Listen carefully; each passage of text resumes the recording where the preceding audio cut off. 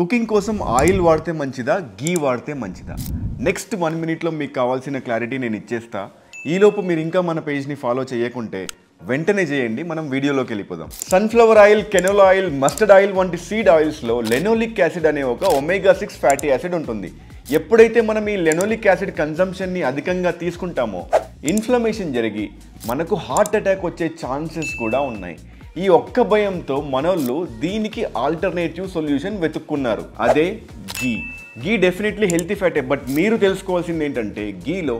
saturated fat content చాలా ఎక్కువ ఉంటుంది according to WHO and ICMR ఈ సాచురేటెడ్ ఫ్యాట్స్ అన్నవి పర్ డే 10% కంటే ఎక్కువ ఉండకూడదు సో ఒకవేళ మీరు 10% కంటే లిమిట్ క్రాస్ చేసి ప్రతిరోజు ఇలానే తింటూ వెళ్తే ఇది కూడా మన హార్ట్ హెల్త్కి మంచిది కాదు యాక్చువల్లీ మీ క్వశ్చన్ ఈ రెండిట్లో ఏది హెల్తీ అని కాదు ఈ రెండు